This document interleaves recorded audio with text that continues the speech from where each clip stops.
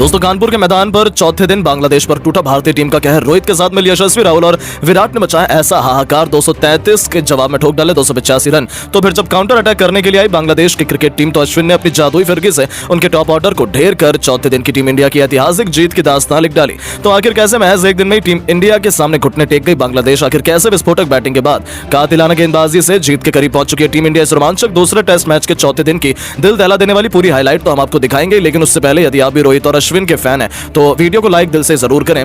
दोस्तों भारत और बांग्लादेश के बीच दूसरा टेस्ट मुकाबला कानपुर के ग्रीन पार्क फील्ड स्टेडियम पर खेला जा रहा है। और दोस्तों पहले दिन जहां रोहित ने टॉस जीतकर बांग्लादेश को पहले बैटिंग करने का न्योता दिया, केवल 35 ओवर खेलकर बांग्लादेश 107 रन 3 विकेट के नुकसान पर बना पाई थी। तभी मूसलाधार बारिश के चलते पहले दिन का खेल रद्द हो जाता है, तो वहीं दूसरे दिन तो एक ओवर का भी खेल नहीं हो पाया था, जिसने टीम इंडिया की चिंता बढ़ा दी थी। तो वहीं गरीबी में आटा गीला। तीसरे दिन भी हालात कुछ ज्यादा सुधरे, तीसरे दिन भी मैच शुरू नहीं हो पाया।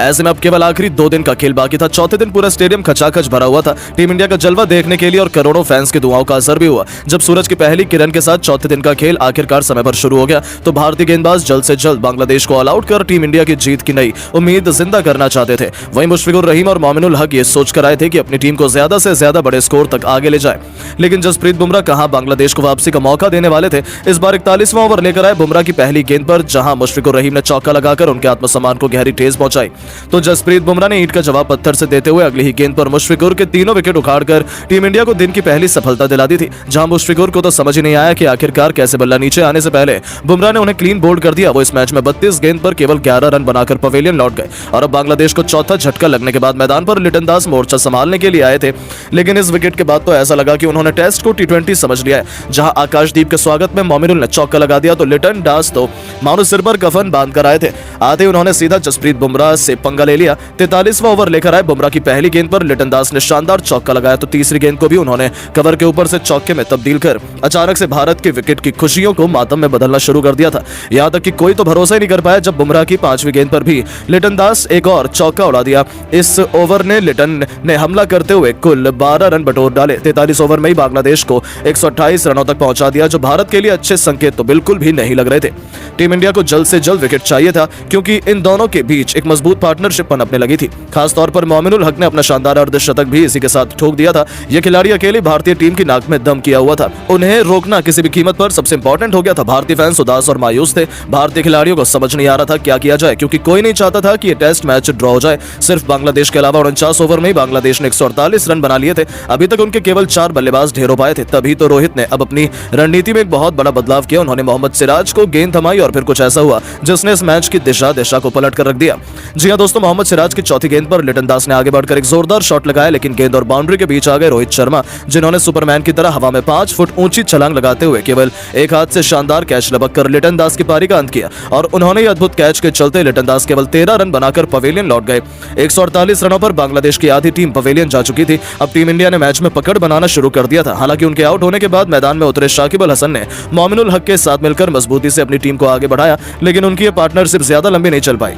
रोहित के तुरुप के रविचंद्रन अश्विन ने शाकिब को अपने जाल में फंसाया, जिनका अपनी जान पर खेलकर बाउंड्री पर लाजवाब कैच मोहम्मद सिराज ने लपककर टीम इंडिया को छठी सफलता दिला दी थी। जहां शाकिब अल हसन मुश्किल से केवल 9 रन बना पाए और भारतीय गेंदबाजों की आंधी में बांग्लादेश की पारी सूखे पत्तों की तरह बिखरने लगी थी। हालांकि एक तरफ से मैदान में चट्टान की तरह मोमिनुल हक में मौजूद थे, जिन्हें हिला पाना भारतीय टीम के लिए काफी मुश्किल हो चला था। उनका साथ निभाने आए थे अब मेहंदी हसन मिराज, जिन्होंने आते ही मजबूती से बैटिंग करी और टीम इंडिया को कोई और सफलता हासिल नहीं होने दी। इन दोनों ने देखते ही देखते अपनी टीम को 66 ओवर में 205 रनों तक पहुंचा दिया था। खासतौर पर मोमिनुल हक ने शानदार चौका लगाकर इन मुश्किल परिस्थितियों में शानदार शतक जड़कर अपने साहस का अद्भुत प्रदर्शन किया था, जिसके दम पर लंच तक बांग्लादेश की क्रिकेट टीम इस मैच में मजबूत स्थिति में नजर आ रही थी। लंच ब्रेक के बाद वापस आती टीम इंडिया जल्द से जल्द बांग्लादेश को समेटना चाहती थी और यह जिम्मेदारी इस बार रोहित ने सौंपी अपने सबसे बड़े हथियार जसप्रीत बुमराह के कंधों पर। हालांकि आते ही इन दोनों खिलाड़ियों ने सीधा काउंटर अटैक की रणनीति अपनाई। पारी का 70वां ओवर लेकर आए बुमराह की पहली 2 गेंद पर मेहंदी हसन मिराज ने 2 खतरनाक चौके जड़ दिए, लेकिन तभी बुमराह ने भी मेहंदी को सबक सिखाते हुए चौथी गेंद पर उन्हें शुभमन गिल के हाथों कैच आउट करवाकर 55 रनों की उनकी पार्टनरशिप का अंत किया। जहां मेहंदी केवल 20 रन बनाकर पवेलियन लौट गए। 70 ओवर में बांग्लादेश ने 224 रन बनाकर अपने 7 बल्लेबाज गंवा दिए थे।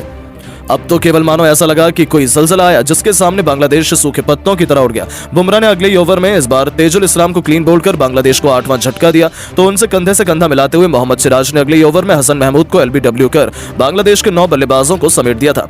बांग्लादेशियों को तो समझ नहीं आया कि क्या हुआ, अचानक से उनका पूरा बैटिंग क्रम तहस नहस हो गया था। तो बांग्लादेश की ताबूत में आखिरी कील ठोकते हुए रविंद्र जडेजा ने उनके आखिरी बल्लेबाज खालिद अहमद को भी कॉटन बोल्ड कर पूरी की पूरी बांग्लादेश को केवल 233 रनों का समेट दिया। इसी के साथ सर रविंद्र जडेजा ने टेस्ट क्रिकेट में 300 विकेटों का जादुई आंकड़ा भी पूरा किया और इतिहास के पन्नों में अपना नाम सुनहरे अक्षरों में लिखवाया।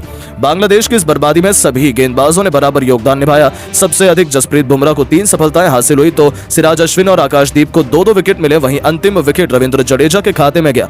हालांकि अंत तक मोमिनुल हक 107 रन बनाकर अपनी टीम के लिए नाबाद रहे। अब देखना दिलचस्प होने वाला था कि भारतीय बल्लेबाज किस मोड़ से मैदान में उतरने वाले हैं। रोहित और जायसवाल पर जिम्मेदारी थी अपनी टीम को बेहद खतरनाक शुरुआत दिलाने की। फिर पहले ओवर से इन दोनों बल्लेबाजों ने ऐसी तबाही मचाई कि बांग्लादेश का दिल बैठ गया। जी हां, पहले ओवर में यशस्वी जायसवाल ने हसन महमूद के स्वागत में एक के बाद एक 3 खतरनाक चौकों की हैट्रिक लगा दी तो दूसरे ओवर में कप्तान रोहित ने खलीद अहमद की पहली गेंद पर आगे बढ़कर 90 मीटर लंबा ऐसा खौफनाक छक्का लगाया है कि गेंद गुम हो गई। तो अगली ही गेंद पर खालिद की बाउंसर को अपने ट्रेडमार्क पुल शॉट से मिड विकेट के ऊपर स्टेडियम के दूसरे स्टैंड में मारकर रोहित ने बांग्लादेशी खेमे में हाहाकार मचा दिया था।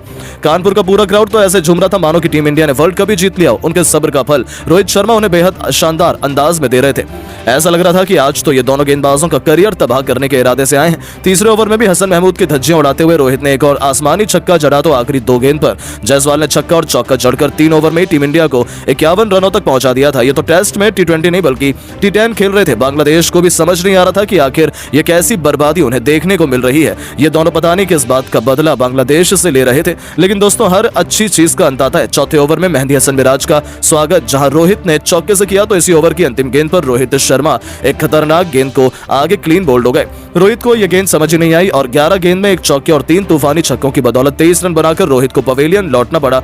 लेकिन जाने से पहले रोहित ने अपना काम कर दिया था। उनके आउट होने के बाद अब मैदान में मोर्चा संभालने के लिए शुभमन गिल आए थे। लेकिन दूसरी तरफ से यशस्वी जायसवाल कहां रुकने वाले थे। छठे ओवर में मेहंदी को आड़े हाथों लेते थप्पड़ की तरह 2 करारे चौके बटोरते हुए तो 7वें ओवर में तेजुल इस्लाम के स्वागत में भी यशस्वी ने चौके की बारिश कर दी और देखते ही देखते यशस्वी ने 31 गेंद में अपना शानदार अर्धशतक ठोक दिया और अपने 50 पूरा करते ही मानो उनके सर तो खून सवार हो गया। उन्होंने अपने विस्फोटक बल्लेबाजी से ऐसा तहलका मचाया कि 10 ओवर में टीम इंडिया को 99 रनों तक पहुंचाया तो 11वें ओवर की पहली गेंद पर चौका जड़कर उन्होंने टीम इंडिया को 100 रनों के पार ले जाकर खड़ा कर दिया।